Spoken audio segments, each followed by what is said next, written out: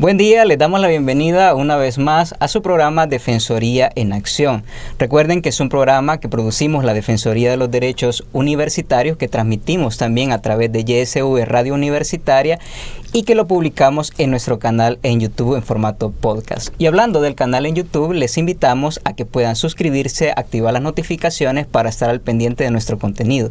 Con ese mismo nombre, es decir, con Defensoría Universitaria UES, también nos encuentra en nuestra página en Facebook. Le invitamos a que nos pueda seguir para estar al pendiente de las publicaciones que ahí realizamos. En esta oportunidad les acompaña un servidor, Kevin Alfaro, en calidad de coordinador del área de promoción y difusión de la Defensoría Universitaria.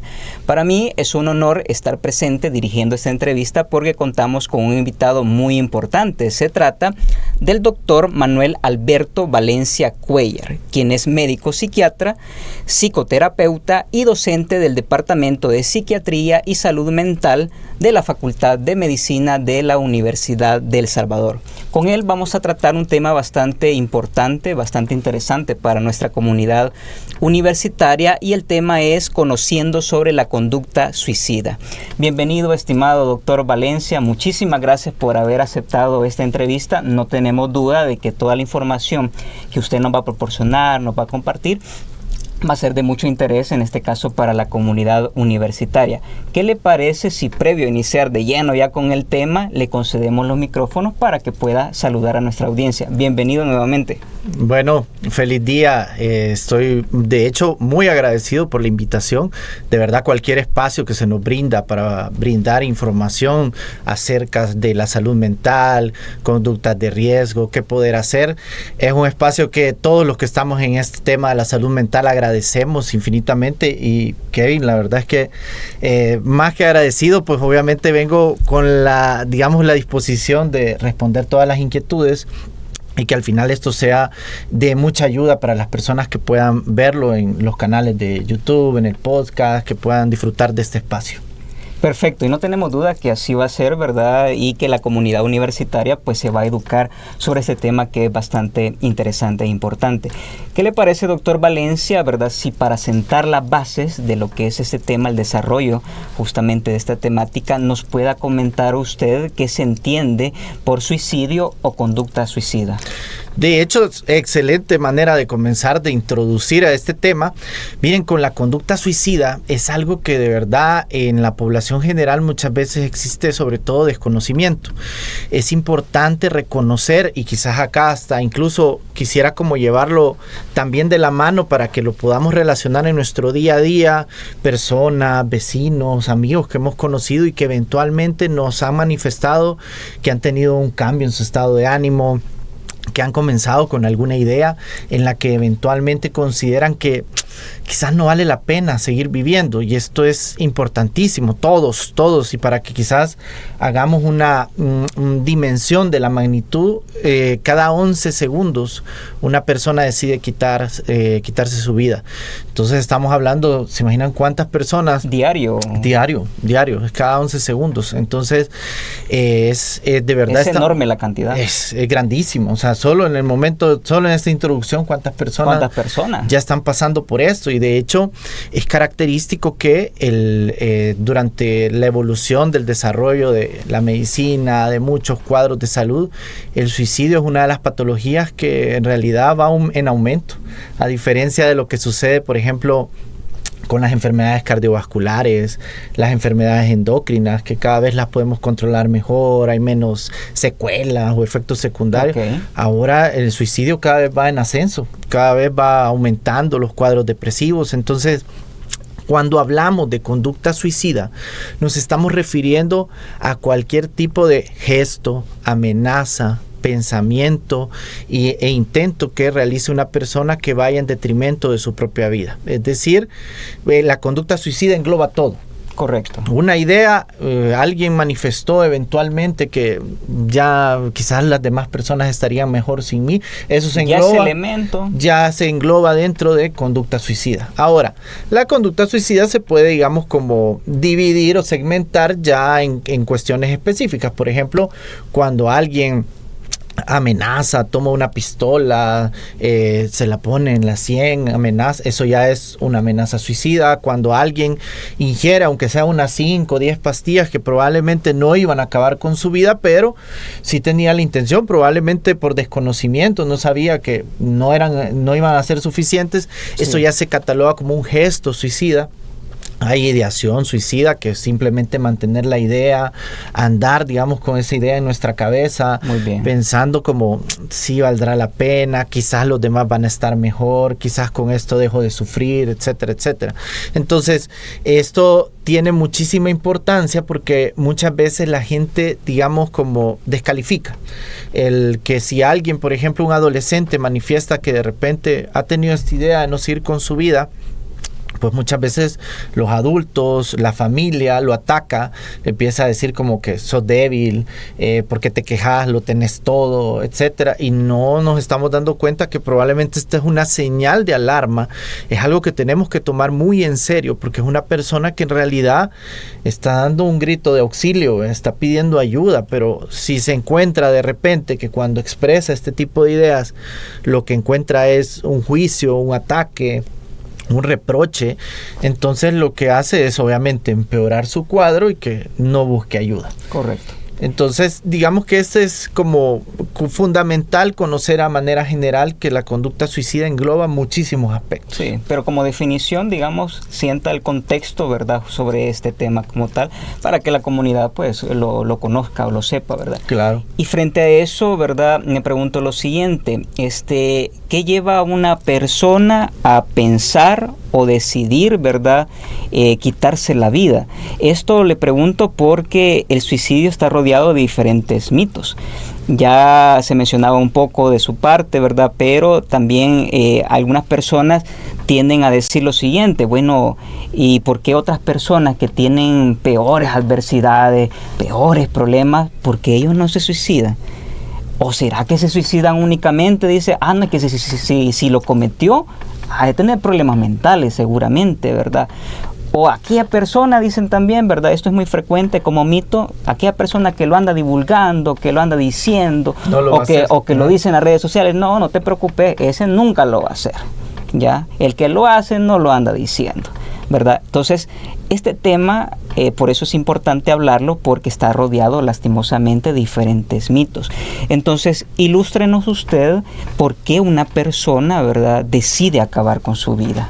Correcto. De hecho, quizás esta es como, digamos, casi como la pregunta del millón, ¿verdad? Esta es cuestión hasta de liberación filosófica, ¿verdad? Claro. ¿Por qué una persona eventualmente llega a considerar el acabar con su propia vida, sabiendo que nosotros como seres humanos incluso tenemos un instinto de supervivencia? De hecho, cualquiera ante el sufrimiento, el dolor, uno busca de alguna manera salir adelante.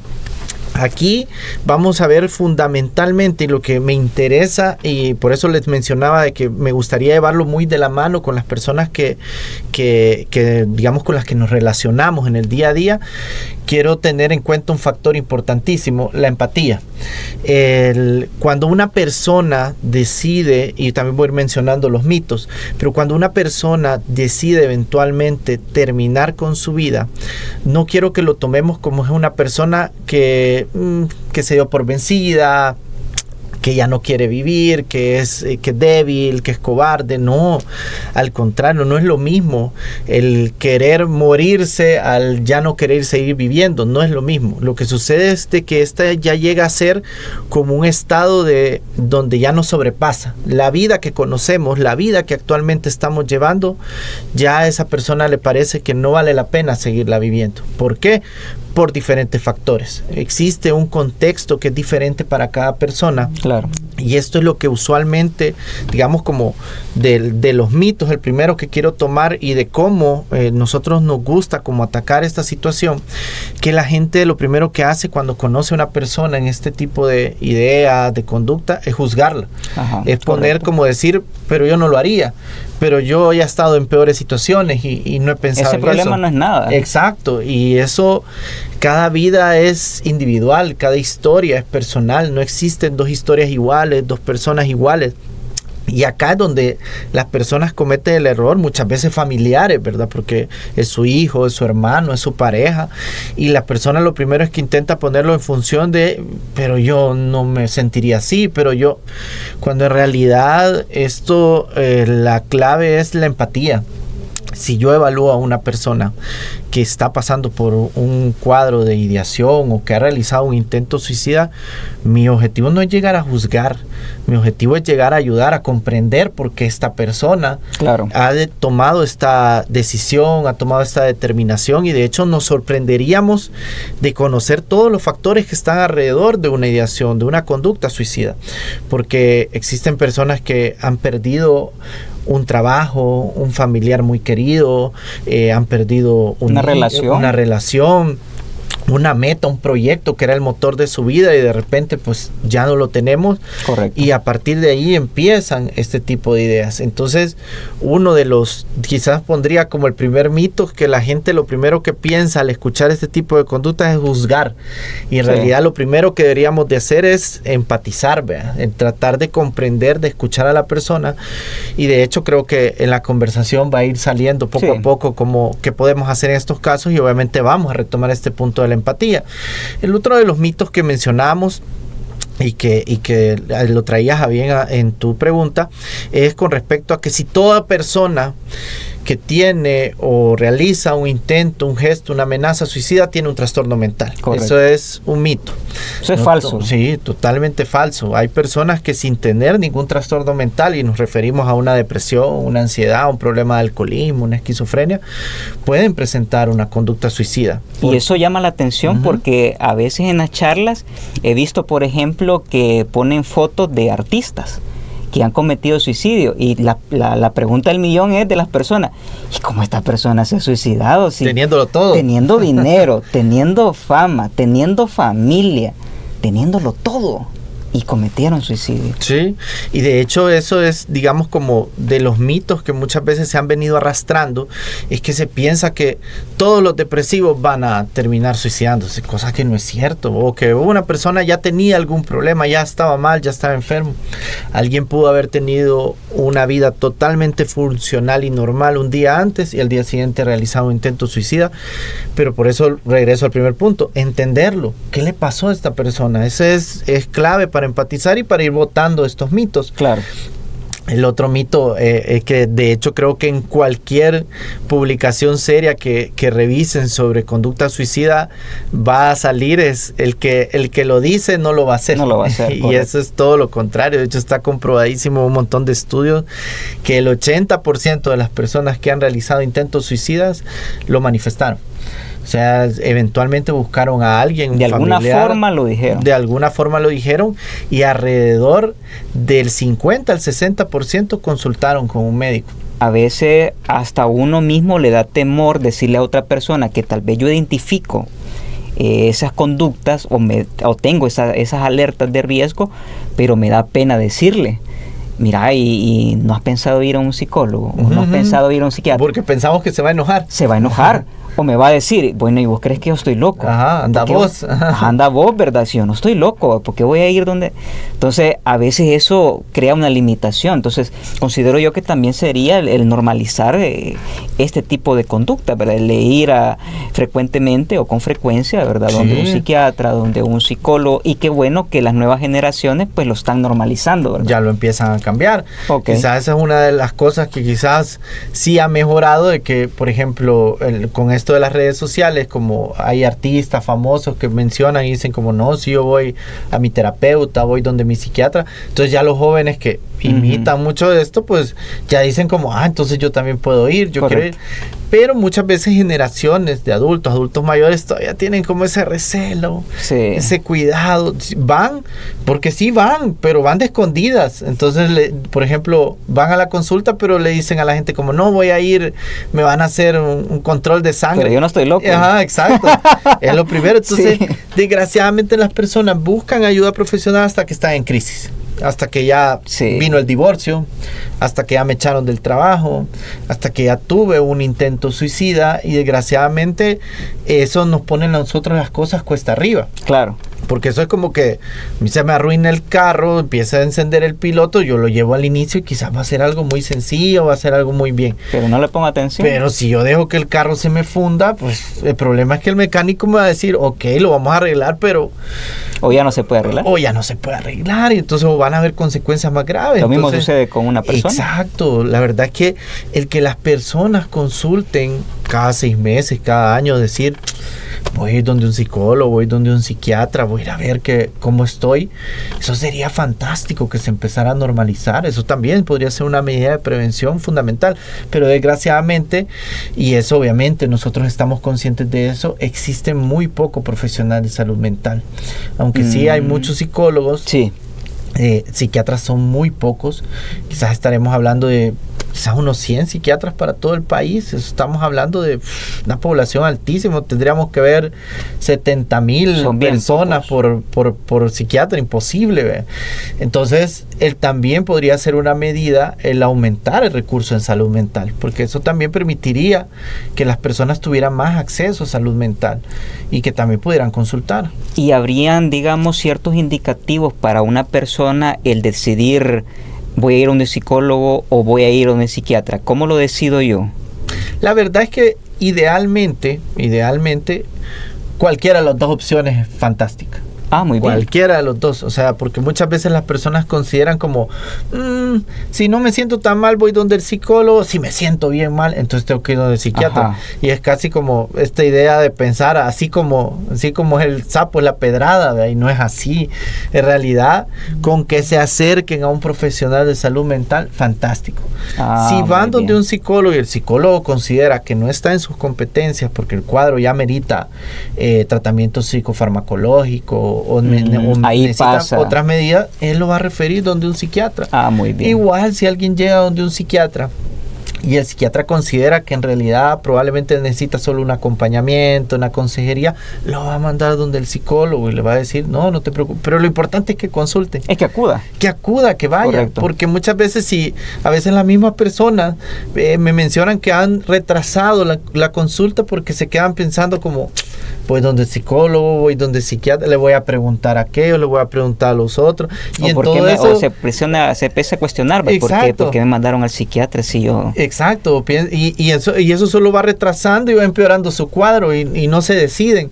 Y van como, no, y debería ir. Después dicen, ¿y voy donde hombre o voy donde mujer? Y entonces nunca llega la consulta. Entonces, obviamente nosotros les explicamos a todas las personas, porque muchas veces me preguntan eso, incluso estudiantes se nos acercan y nos preguntan como, mire, mi hermana está pasando por eso, tiene que ir donde el psicólogo, psiquiatra, que vaya cualquiera, pero que vaya, tu hermana necesita ayuda, tu papá, tu mamá está pasando con eso, no te preocupes, pero lo importante es que vaya donde alguien que sepa qué hacer. Y que obviamente si eventualmente identifica que no tiene las competencias, pues lo va a derivar, o que no amerita, digamos, ese tipo de atención, lo va a derivar también. Y eso es importantísimo. Entonces, el botar también estos estigmas es una manera de prevención fundamental. Excelente. Me llamaba la atención cuando usted abordaba el tema de la crisis de conducta suicida, es decir, cuando ya, digamos, es alerta máxima. O sea, la persona ya lo decidió o lo ha intentado hacer, ¿verdad? Y fue frustrado. Ya se intentó cortar la vena, ¿verdad? Y lo detuvieron. Entonces yo me pregunto, en esas crisis, usted ya lo mencionaba, hay primeros auxilios psicológicos, pero ¿nos podría ahondar más sobre cómo debemos actuar si nos enfrentamos a ese tipo de situación? Es decir, un docente se encuentra a un alumno, ¿verdad? Que se cortó las venas, ¿verdad? O que ya lo encontró con el cuchillo, con el bote de pastillas. O a un familiar, ya lo encontré en el cuarto queriéndose ahorcar, ¿verdad? ¿Cómo actúo frente a ese tipo de situaciones? Muy bien. ¿Qué debo hacer? El primer paso es escuchar. Es la escucha empática. Es decir, de hecho, cuando a mí me han llamado a una emergencia a un hospital y me han dicho como, mire, doctor, tenemos a alguien que realizó un intento suicida. Y yo voy a la emergencia, a veces los familiares se imaginan como el doctor va a entrar, va a hablar con ella, va a conectar lo que se le desconectó por ahí. No, yo llego a escuchar, como les explicaba al inicio, sin juzgar. ¿Qué pasó? Contame qué te pasó. ¿qué fue lo que sucedió? Yo no vengo a juzgarlo, ¿por qué lo estás haciendo? O regañarlo. Ni a regañarte, no vengo tampoco a decirte, no lo hagas. No, yo quiero escucharte. Yo solo quiero saber qué pasó, qué está pasando por tu mente. Eso es, para una crisis suicida, esto es fundamental, esto es lo que nos va a hacer ganar tiempo. Sí. Hace que la persona pueda desahogarse, sacar esta situación que en ese momento se está ahogando y que pueda sacarlo si identifica que alguien la está escuchando, pero empáticamente, sin juzgarlo.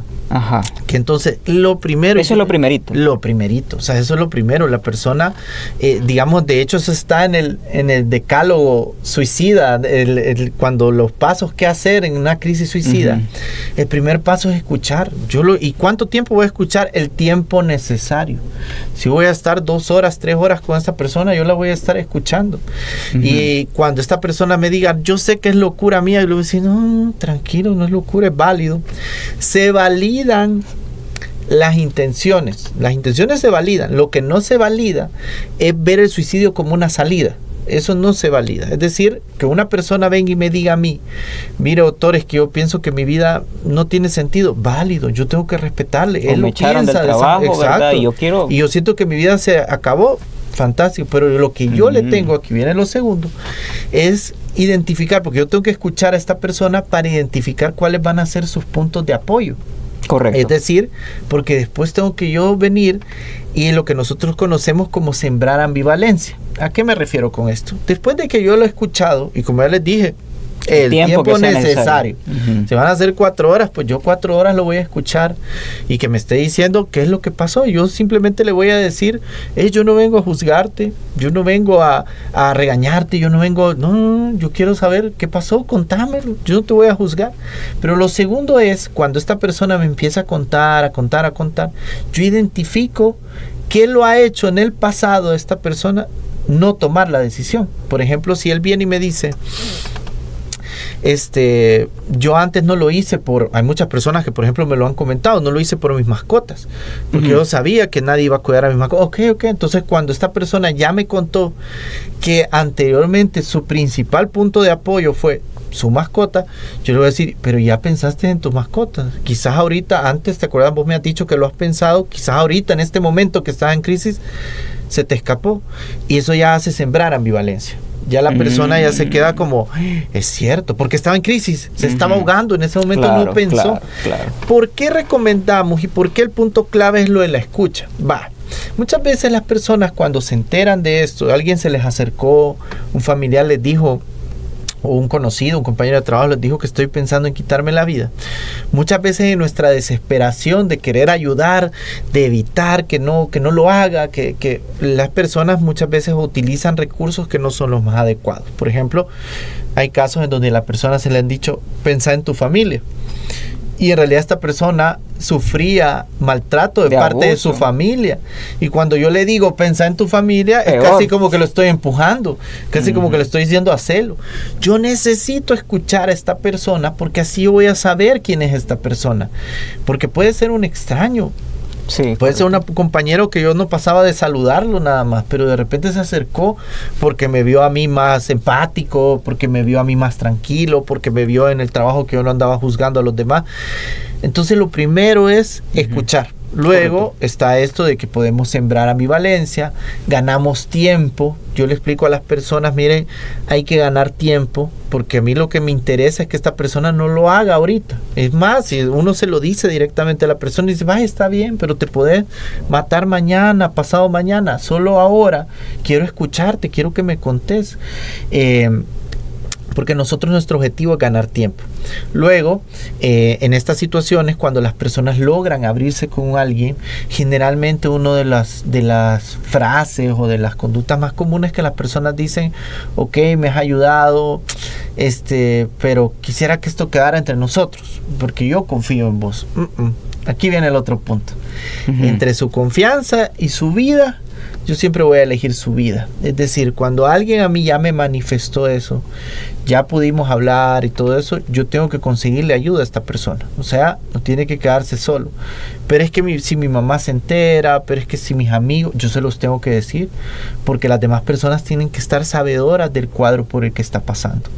Es decir, no me tengo que quedar yo con esa información. No, porque a veces la gente piensa como, no, pero es que dijo que si yo le contaba, entonces iba a ser peor, que no le dijera a la pareja, que no, por eso, pero claro, hemos escuchado, ya tenemos ese primer paso, porque si por ejemplo él me contó o ella me contó que parte del motivo por el que está teniendo estas conductas ha sido que su pareja la maltrata, no le voy a ir a decir a la pareja. Correcto. Pero voy a buscar qué mecanismos de apoyo, qué mejor amigo, qué familiar es más cercano, es más empático con que esta persona puede acercarse.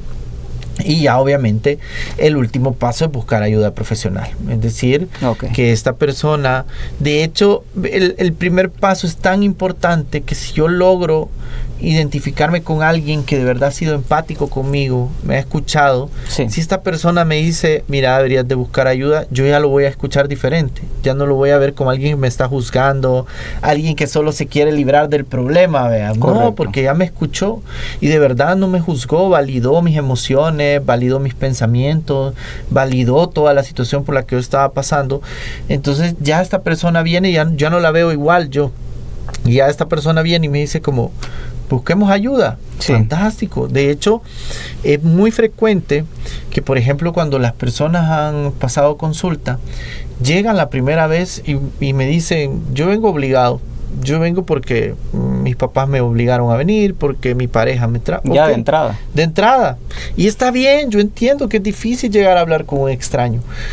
Pero cuando ellos ya hablan conmigo, obviamente como se dan cuenta que no los juzgo, valido lo que ellos sienten, soy empático con ellos porque obviamente yo entiendo que cada vida es un proceso diferente, son factores diferentes.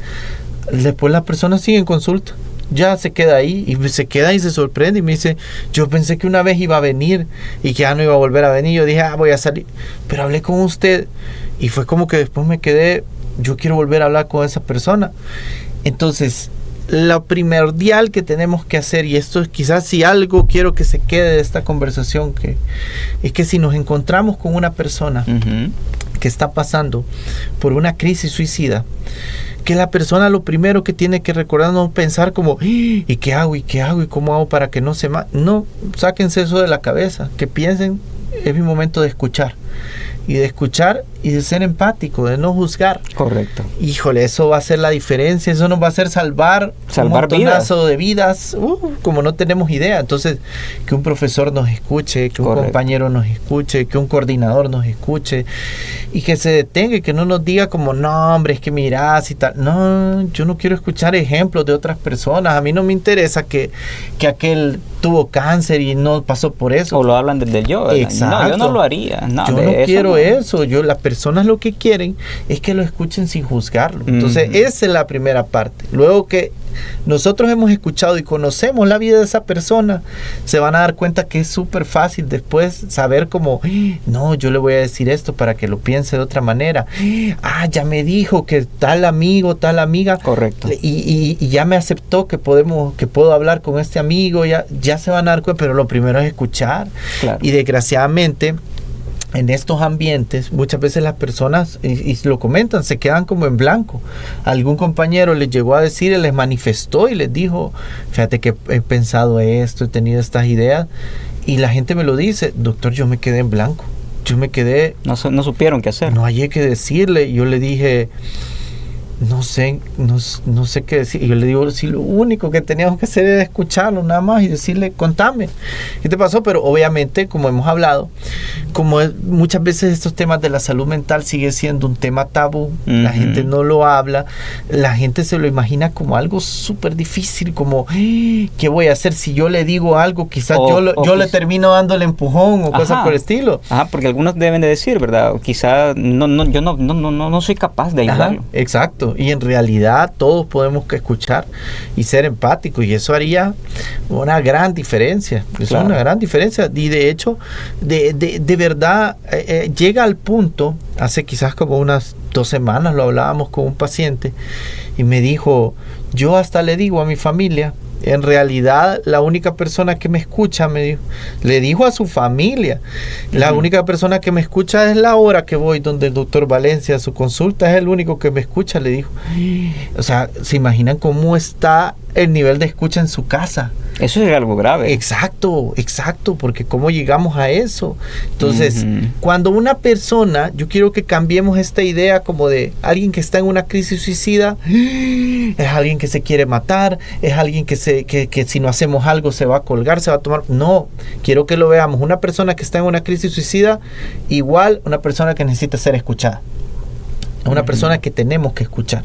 Yo no llego con una idea de una persona. Si a mí ahorita me hablaran y me dijeran, mire doctor, fíjese que tenemos a tal persona que nos dice que ha tomado la decisión este día, yo no voy con la idea de tengo que hacer que no, que piense que la vida es maravillosa, que siga viviendo 20 años. No, tengo que ir con la idea, tengo que irlo a escuchar.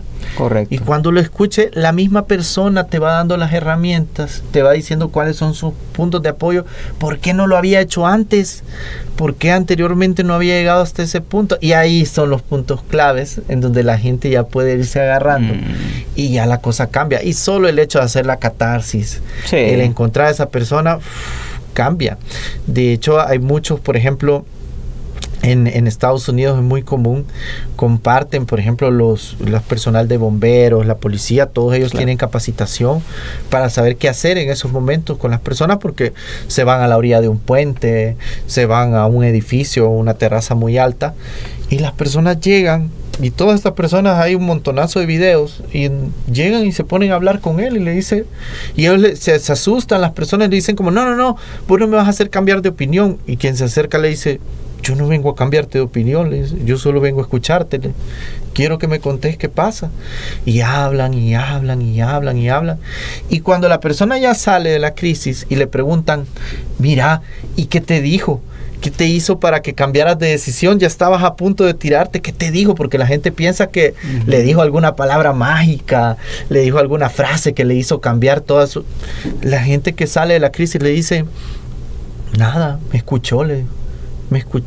Yo en ese momento veía todo negro, veía todo oscuro, y llegó él y me escuchó. Y cuando me escuchó, hablé, no me sentí juzgado. Eso hizo que cambiara mi percepción, y ahí decidí que no lo iba a hacer ahora, y cambia el punto. Entonces hay un montonazo de videos. Entonces, si la gente puede quedarse con esta idea y pensar como, ¿conoces a alguien en una crisis suicida? Escúchalo. Ese es el punto clave. Ahí salvaríamos, que va a marcar una gran diferencia. Un montonazo. La gente supiera qué hacer. Entonces, y eso también abriría la puerta para que la gente comprendiera en que muchas de las personas que en realidad llegan a estos puntos, y por eso es también separarlo esto de los trastornos mentales, es personas que no se sienten escuchadas. Somos seres sociales, los seres humanos somos seres que necesitamos el contacto, necesitamos el apego, eso está en nuestro ADN. Y cuando la persona no se siente escuchada, no se siente validada por compañeros, por amigos, por pareja, por familia, eventualmente pueden llegar a estos cuadros. Entonces el escuchar es una cuestión básica y fundamental para cualquier crisis suicida. Excelente. Bien, eso es bueno conocerlo, ¿verdad? Y que lo conozca también la comunidad universitaria, porque así como usted ya lo manifestaba, pues eso va a marcar la diferencia, y ya la comunidad pues va a saber cómo actuar, ¿verdad? Desde su espacio, ¿verdad? Ya sea un docente, ya sea un estudiante o un trabajador administrativo. El tiempo apremia, ¿verdad? Ya para ir finalizando sobre esta entrevista. Ni se siente mucho el tiempo. Ni se siente el tiempo acá, ¿verdad? Claro. Y más que es un tema bastante profundo, ¿verdad? Claro. Y que hay mucho por hablar, y mucho de qué decir en cuanto al mito, ¿verdad? Y todas las experiencias que rodean el tema. Entonces, es muy interesante, ¿verdad? Como tal. Pero ya por el tiempo, ¿verdad? Coméntenos, ya para ir finalizando, como sociedad, para ir avanzando frente a este tema, cómo debemos actuar, o qué debemos hacer para que esos suicidios, ¿verdad?, que se están dando, usted lo mencionaba, cada 11 segundos, ¿verdad?, pues sean menos frecuentes. ¿Qué debemos hacer como sociedad en general? Lo primero es buscar espacios de socialización, acercarnos más como sociedad, que la gente tenga la capacidad de hablar, de abrir sobre poder hablar de sus emociones, de sus pensamientos, haya más empatía. Nos hemos vuelto una sociedad muy inquisidora, juzgamos mucho las conductas de los demás, constantemente no conocemos porque cada quien vive en su burbuja, ¿verdad? Y juzgamos a aquel que se viste de una manera, hace tal cosa, elige una profesión. Entonces, quizás una sociedad más cercana, más empática sería lo fundamental. Luego, empaparnos de conocimiento. La mejor manera de luchar contra los estigmas es conocer. El que la gente sepa sobre los trastornos mentales, que sepa sobre crisis emocionales, que sepa sobre conducta suicida, eso botaría un montón de mitos. Ya la gente ya no le tuviera tanto temor como la gente le teme muchas veces a los temas de salud mental, y sería muchísimo más abierto conocer sobre estos temas. Sería fundamental. Y luego, el abrir los espacios para los profesionales de salud mental, o sea, pensar en unidades de salud, unidades comunitarias, que se vea igual de importante como un médico general, como alguien que sepa de salud mental. Correcto. Haría la gran diferencia. Es decir, que las personas también tengan el acceso, porque muchas personas también lo mencionan constantemente y dicen como, yo me sentí mal, fui a la unidad de salud y me dijeron, no, aquí no hay psicólogo. Aquí no hay, mucho menos psiquiatra. Entonces, bueno, ¿y dónde hay? Ya está en la cabecera departamental. ¿Y la cabecera cuánto le queda a él? ¿Y cuánto voy a gastar en bus? ¿Y cómo? Entonces, ¿cuántas personas habrán muerto? Exacto. Por esa situación. Entonces, en realidad, el abrir los espacios para que profesionales de salud mental, es decir, que la población tenga acceso a salud mental, eso también disminuiría un montón. Entonces, una sociedad más empática, un conocimiento sobre salud mental, que se empape la sociedad de esto, y mayor acceso a profesionales de salud mental, eso fuera fundamental. Ok. Entonces vemos que lo fundamental sería invertir justamente en lo educativo, ¿verdad? Frente a lo que es la salud mental, normalizar estos temas, ¿verdad? Principalmente también en los ambientes educativos, que forme parte, como ya lo mencionaba, de la currícula, ¿verdad? El preguntarle a los estudiantes, a los trabajadores cómo se sienten. Eso de alguna forma marcaría, ¿verdad?, la diferencia en este aspecto.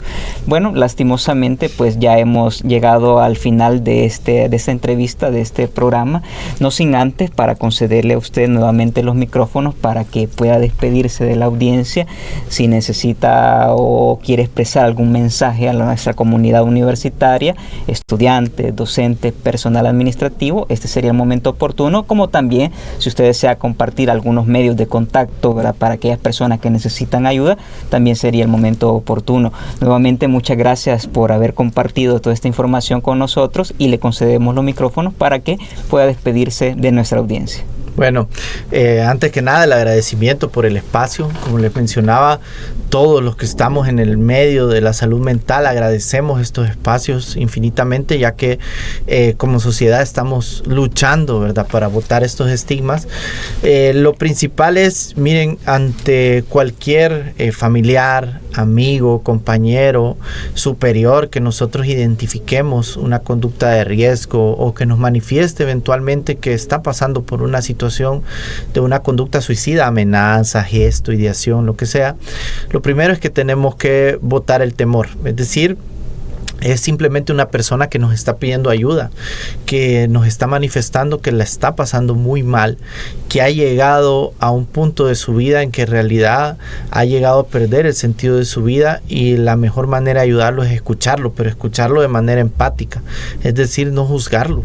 No es el punto identificar, pero ¿por qué? ¿Por qué lo quiere hacer? No, a mí lo que me interesa saber es qué ha pasado, qué está pasando en la cabeza de esta persona, y esta es la mejor manera de poder ayudar a cualquier persona cerca de nosotros. Luego es que si ustedes conocen a un familiar, a un amigo, a un compañero que de repente les ha manifestado, quizás no a llegar al punto de negación suicida, pero cambios en su estado de ánimo, cambios en su comportamiento, ha notado una disminución de energía, de malestar, de irritabilidad, lo ideal es recomendarle que busque ayuda. Muchas veces las personas buscan ayuda hasta que están en situaciones de crisis, cuando los signos han sido previos, y muchas veces amigos, conocidos los identificaron, los vieron, pero les causó temor. Entonces, el sugerirle que busquen ayuda, que de verdad se acerquen a un profesional de salud mental, son cosas que el día de mañana estas personas se lo van a agradecer infinitamente y que van a hacer verdaderamente la diferencia. Así que de nuevo mi agradecimiento por el espacio y estamos a la orden. Perfecto, muchas gracias, doctor Valencia, ¿verdad? Y próximamente, pues de igual forma, si abordamos este tipo de temas, pues no vamos a tener duda de poderlo invitar. A nuestra audiencia, ¿verdad? Antes de despedirnos de este programa, únicamente pues recordarles acerca de nuestros medios digitales. Recuerden que en Facebook y en YouTube nos pueden encontrar como Defensoría Universitaria UES, para que nos puedan seguir a través de dichos medios. Si usted desea conocer más acerca del trabajo que nosotros realizamos como Defensoría Universitaria, le invitamos a que pueda acceder a nuestro sitio web, que es www.defensoria.ues.edu.sb. Cualquier duda o consulta, no dude en enviarnos un correo a la dirección defensoría.universitaria@ues.edu.sb.